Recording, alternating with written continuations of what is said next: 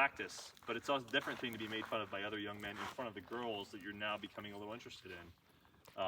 Difficult time for me when I was right around your age. But I had people that were in my corner.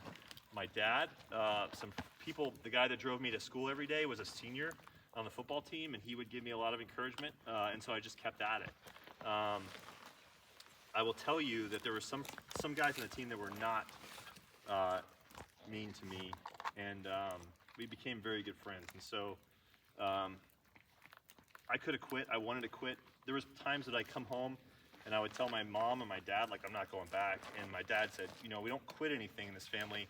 Finish out to the end of the year. Keep working hard, and we'll see how it goes. And so to think that I could have done that by myself is not true, okay? And so when you're going through these tough times, like I was talking about, when you don't know if you're on the right path, like everything is telling you, no, this is not what I should be doing, to think that you're gonna have the internal strength of yourself to get through these things is a fool's errand, okay? So lean on your family, okay? Lean on God, and it will help you make the right decision. And so, I mean, you know, everything has an amazing ending, right? Like, most of those guys on that team didn't make it to senior year, and I was the captain of the team in the senior year, and we went to the state championship here in Arizona.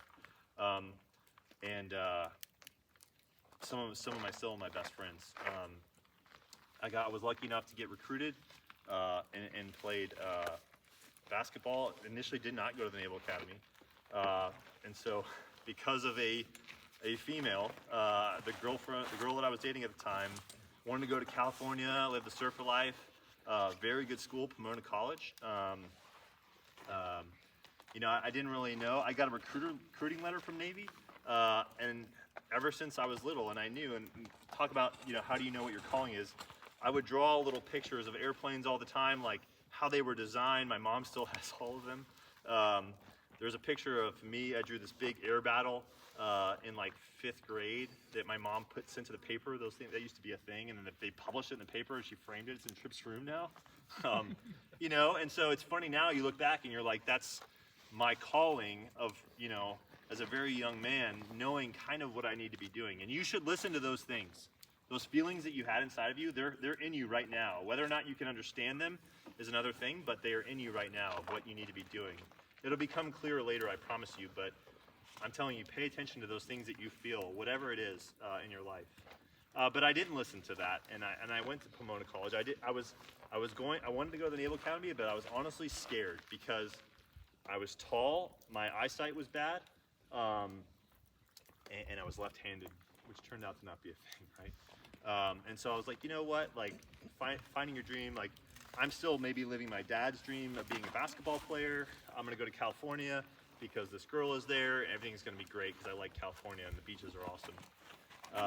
And so I go to California and play Pomona College, Division III, a really good school, really good school. I'm doing nuclear physics, which is hard, but kind of my thing, you know, and I'm spending a lot of time under the ground, 40 stories underground in this new tokamak fusion reactor, learning about all this crazy stuff, and you know, obviously broke up with that girl almost immediately because she had other things to do. But I came back from that first year of college, and I'm driving back from San Diego, actually right past here on the 8th with my mom, and she's like, well, how was your first year of college? And she'll tell you the story. Gigi is what her grandkids call her, eight grandkids now. Gigi will tell you, the first thing out of my mouth is like, I should have gone to the Naval Academy. Because I wanted to be a pilot and fly jets off the boat. Thanks. And so she said, well, how are we going to make that happen? Not, you know, your eyes are bad or you're too tall. How are we going to make that happen is what she said. So I spent the whole next year of college applying to the Naval Academy from Pomona College, playing basketball, being a new physics major, without telling anybody, and got in. And so the thing about the Naval Academy is interesting for transfer students, is what those people are called, is that you have to start over.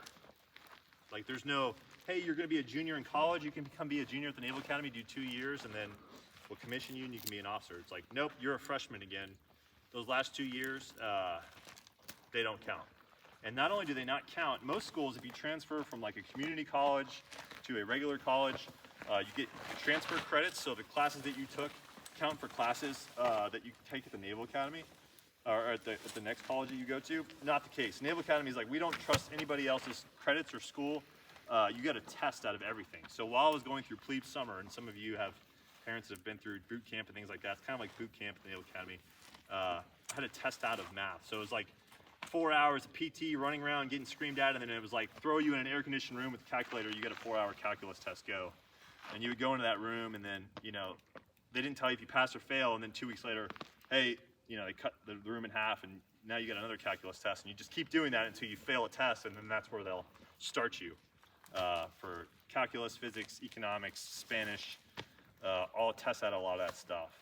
So it was tough, and then I had to start over at the Naval Academy. And so when you're talking about a windy road,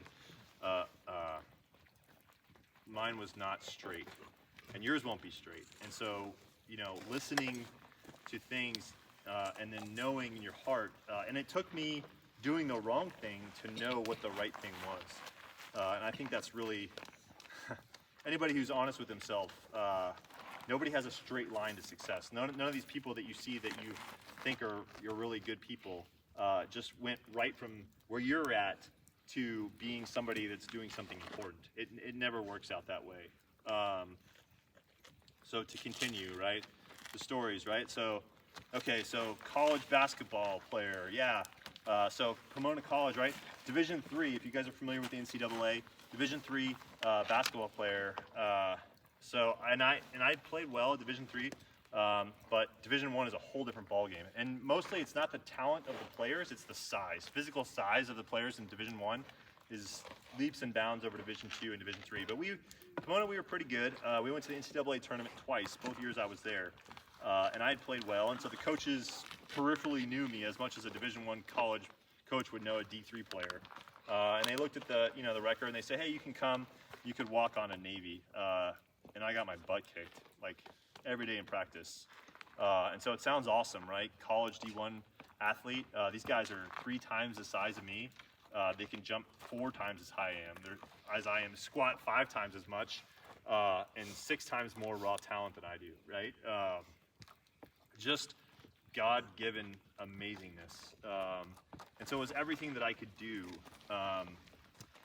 just to contribute to that team. I had to work as hard as I possibly could as an athlete just to be someone that was providing value to the starters on what we called the scrub team. But basically, our job was to learn the plays of the other team that we were going to play that week, and then play them against our guys so they could get used to what it felt like playing against the other guys' teams. And just to do that was pretty much the limit of my athletic ability in college. And so I guess I tell you that because obviously that's not my path to be a pro basketball player. Nobody goes to the Naval Academy, at least they shouldn't, to go play pro sports. And that was no different than me.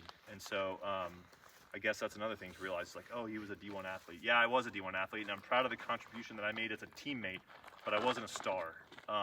And I think my contribution was important, but I learned from that how to be a good teammate and what it means, what it's important, what the value is of people that don't necessarily always show up on the headlines or in the newspaper or on TV. There's a lot of people for successful teams that are doing just as much, if not more work, in a different role than the people that you notice. And that's really a big part of being a test pilot, is because we were talking about pride yesterday or last night. Some of you guys had some really good comments there. Part of my job I've seen as a test pilot is, and even as a pilot really in the Marine Corps, not even just a test pilot, is you are the most visible part of a very large organization that sometimes gets a fair amount of attention if you do something big. And so even in the last couple of years, I've been involved in some really amazing projects as a test pilot. One of them that comes to example, we landed F-35s on a Japanese aircraft carrier. And the Japanese haven't flown fighter planes off of aircraft carriers since March of 1945 in World War II. And so for them to get fighter jets on an aircraft carrier was a big deal. And so again, how do we do that? They've never landed a F-35 off, or any fighter plane off an aircraft carrier in, what is that, 80 years almost, right? And they're very nervous about it. They have a lot of political things in their country. The people are very nervous because the last time they had aircraft carriers, they got 2 nuclear bombs dropped on their country. And so the people are justifiably nervous. but the time has come, based on the situation over there, bless you, that they're going to have that capability, and they are our very good friends now. So you can imagine there's a lot of eyes on us, right? And so how to prepare, what are the worst things that could happen? What do they not know? They're very cautious. A lot of planning and training, and Trip knows I would spend a lot of time traveling to Tokyo and talking with them and making sure that everybody knew the plan. And then we went out there and executed the plan. Didn't go exactly the way we thought it would, but we had enough preparation in place so that when the things did change, we were ready for them. And then we executed. But talking about like most visible plans, so college basketball, I am barely noticeable at the end of the bench to Japanese aircraft carrier, which is the latest thing that we've been involved with. I mean, these days, right? Twitter and interviews, and TV, it's all this crazy stuff, right? And I can't help thinking about that kid on the end of the bench that did probably more than the starters did, working to make that team a reality. And in the Marine Corps, it's the Marines, for sure. The maintainers, the guys that make sure the jet isn't going to come apart around me when I'm trying to do something difficult. Or, the engineers. It's even more, because the Marines get a fair amount of attention too. But the engineers, the civilians that design the airplane, that nobody even knows if they're even doing their job, And so that's something else that I learned, is that no matter what your role is on a team, and you're going to be on a lot of teams in your life, when you're the person that's in charge or getting the most attention, realize that you may not be the person that's contributing the most to that team. And then when you are not that person, when you may find yourself on the end of the bench, or maybe somebody else is getting more attention, realize that whether or not anybody tells you, you're doing a lot of good work that nobody else could accomplish what they're accomplishing if it wasn't for you. What else? A couple other things. Okay, so yeah, so moving back, college, right? Like other things, right? And I'm basically going to tear down everything that Mr. Paxton told you about me or whatever, about, oh, he does this or that, and show you it was ugly, right? So being a fighter pilot, right? Like, I go to flight school, graduate from the academy, not playing basketball anymore. It's like, hey, I want to fly jets, and what do you think I hear? Oh, by the way, at the academy, my class was the second class where they approved laser eyesight surgery, and so I was the second person in my class to get it. My roommate was the first one. I went from 20 a million or whatever my eyesight was before to 2010. My eyes are still, because Dr. Joel Pasternak, he was a Navy commander in 2002, and I still write that guy a Christmas card every year because he not only fixed my eyes, but made it so that he was such a good doctor in the Navy that he understood how eyes change over time as you get older, from 22 to 52, and designed the surgery so that my eyes would, as my eyes got older, would continue to improve to 2020 to where I'm at now.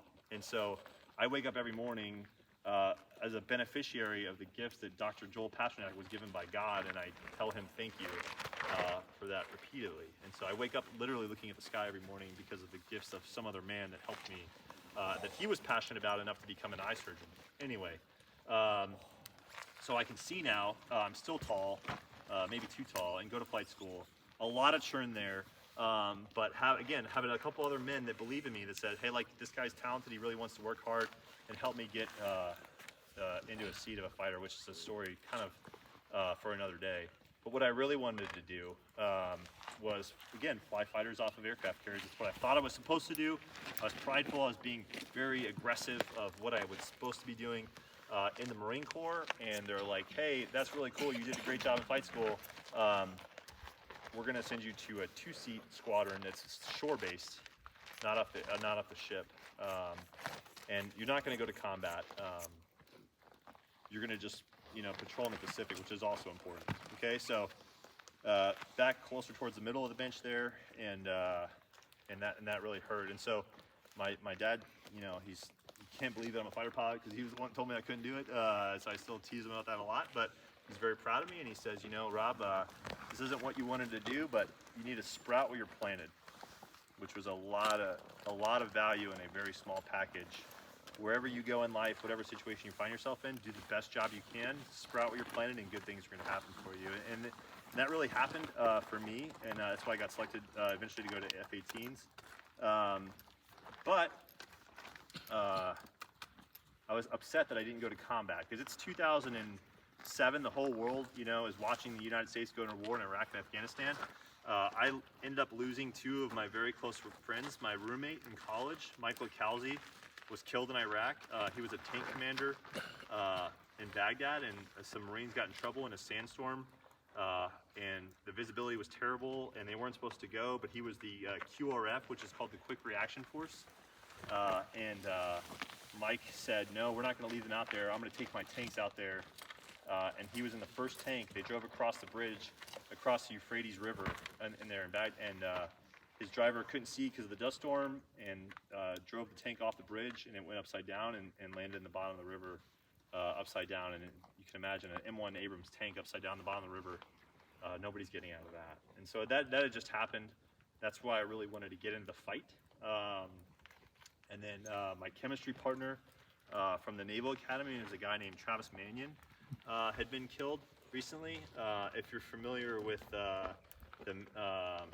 TMF, the Mannion Foundation, or if not me, then who? Travis was a wrestler at the Naval Academy. Very, very powerful person and character, and his legacy continues to live on today. They do a lot of good work for veterans that are hurting and their families. And so Travis had died. Brendan Looney, his friend, had not yet died, but Mike LtCol had died, and I was here having a good time in places like Singapore and Hawaii in a 2C F-18 squadron, and so I was upset at the path that God had given me, and so I was trying anything I could to get in the fight because I wanted to fight, and so God granted me that wish. I got selected for F-35s, but then they're going to say, hey, what do you want to do? You got to do something for a year.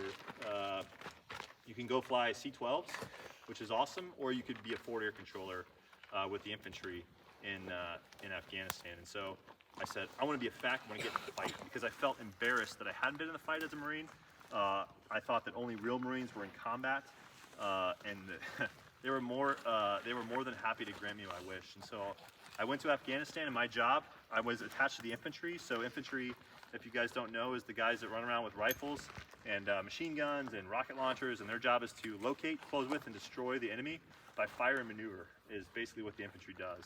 And so I was not an infantryman. My job as a forward air controller is to coordinate airstrikes and medevacs and artillery strikes. So we would be in a situation very similar to this, and our job was to have a base like this, and the enemy was out there, and we would go find him, and then the infantry would engage him, and I'd have my friends flying jets overhead, like Mr. Paxton and Mr. Duncan, and we were friends, and I would call them on the radio, tell them where the bad guys were at. We would drop bombs on them. I could also call the artillery people on the radio, and we could shoot artillery at them from really far away, and I would know how to aim it really well.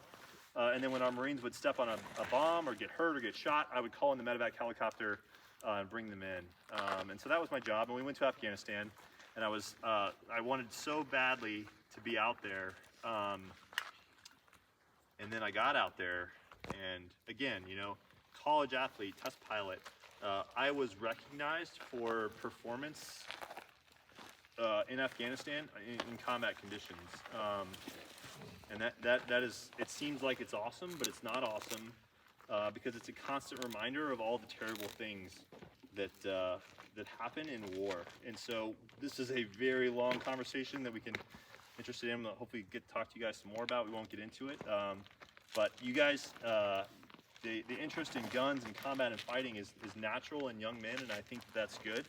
And so it plays on all of us, and then plus especially military people, they're like always practicing for something that you never actually get to do, is a very real thing for a young male who's 20 years old or 24 years old, and that was certainly me. And we went out there and fought, and it was brutal. I mean, you know, exchanging rifle gunfire with the enemy in visual range, exchanging hand grenades, danger close, which means inside of the dangerous weapons area, of gun runs from helicopters, airplanes, rockets, mortars, being shot at with mortars and rockets, taking lives personally, having Marines next to me be killed, and talk about not being sure if you're on the right path.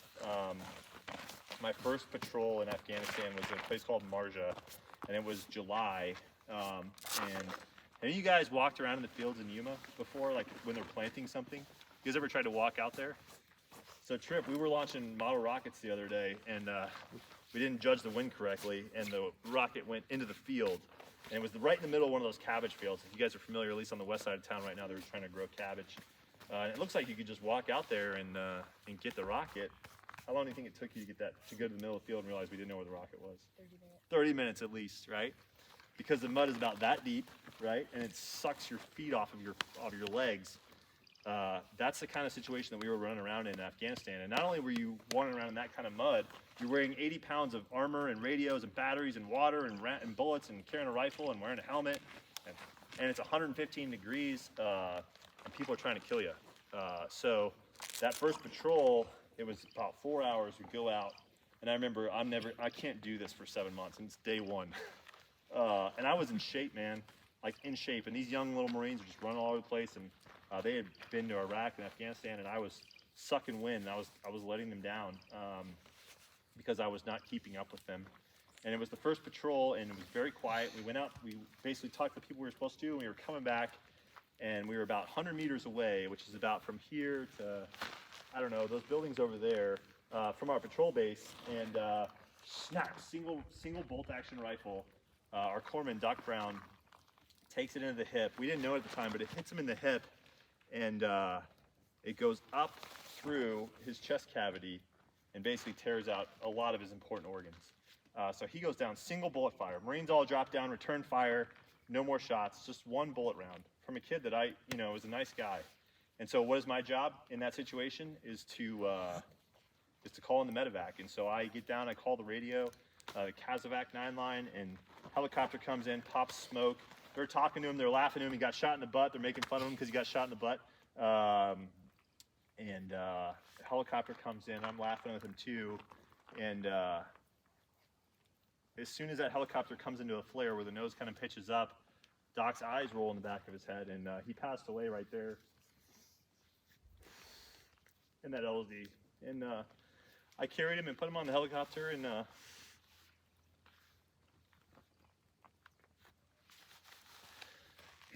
I know that it's not my fault that he died, but you got a lot of feelings inside of you as a young man. You want to go into combat, and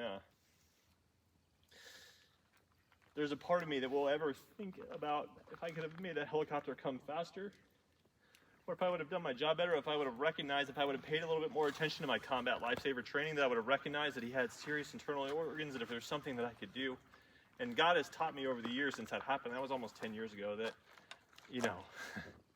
through reflection and prayer and talking to people that were there, there's nothing that we could have done. I didn't shoot him, obviously, but I still carry that around. And I will tell you, that was my first patrol in Marja. And we went to Sangin, which was not a nice neighborhood.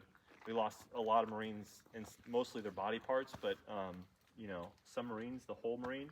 And then we were in Kajaki, and we did a hellborn raid and took the Taliban's biggest poppy production area away from them. And they obviously did not want to lose that, which is where they make most of their money. And so what I'm telling you is that I felt that I wanted to go there and so badly wanted to go there, but I still carry a lot of things there that are not good and that have actually taken me away from God a lot for reasons that I've talked to some of the older guys here about in terms of people using religion for the wrong reasons to manipulate other people to do bad things, which is evil. And I think another benefit for you guys being in a group like this is there are people that have life experiences that reveal to them the truth of the world is that outside of the harbor, evil is a real. There is such thing about, you'll hear the world say that, hey, it's a nicer place, you should respect your fellow man. You should never be aggressive or physically violent towards anyone, no matter what. There's no excuse for that. That is patently false because there are things in the world that drive men to do evil, and evil exists, okay? We are all capable of evil. Fortunately, you are sitting around here in this dying fire, and you are learning things that are going to buffer you from doing those evil things and allowing it to manifest it in your heart. But there are not people that are as lucky as you, that are just like you, that are being manipulated today by people that want to do bad things, and they are bringing evil into the world. And it's going to be up to men like you to be the line in the sand that does not allow that to penetrate our nation or our communities or your families. All right? And so you're going to have to go do that. and it's not going to be fun. It's going to be dangerous, and not everybody's going to come back, either emotionally or physically, okay? But you got to go because you're a man, all right? And that's what's expected of you. And so I learned that out there. So talk about not having a path that you expect.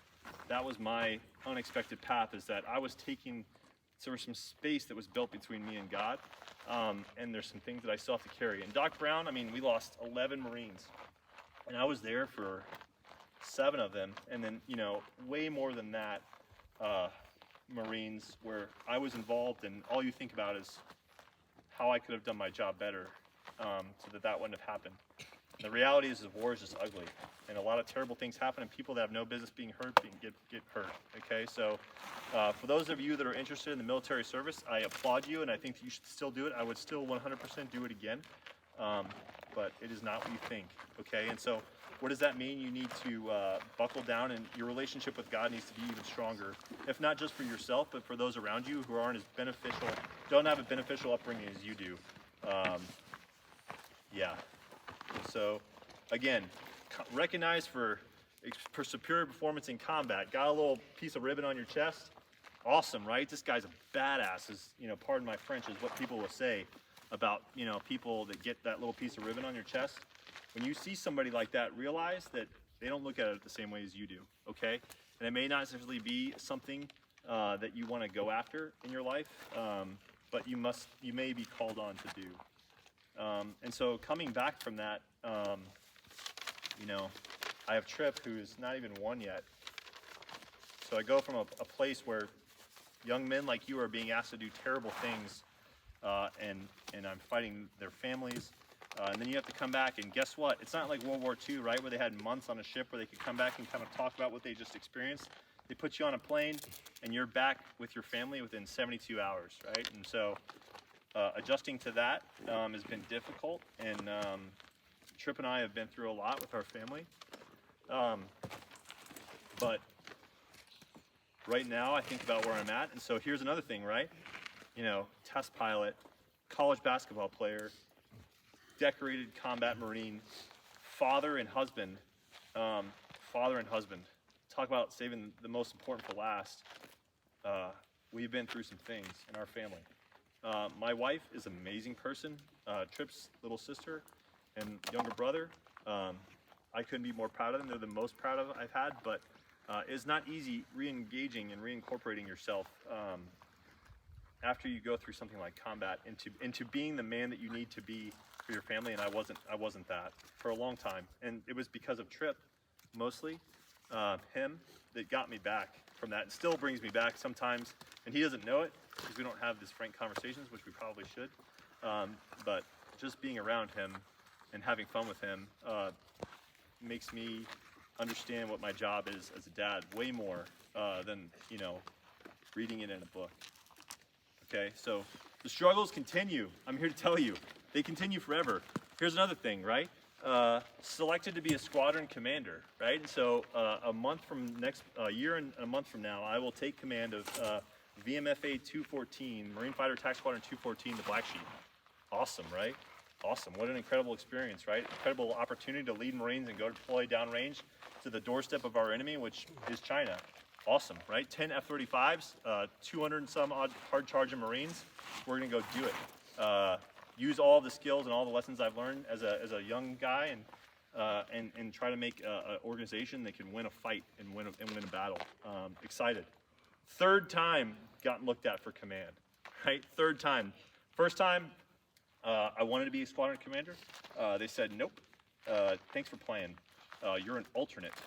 So moved my family to Japan, went up for it again, said, nope, thanks for playing again. We're gonna select these other guys. And now it's like, man, like I've devoted 2 decades of my Marine, bled into the ground, lost Marines, watched them go through Marines, had my family almost torn apart for all of this, and thought I did pretty well, and the Marine Corps says nope. So we're talking about opportunities to quit.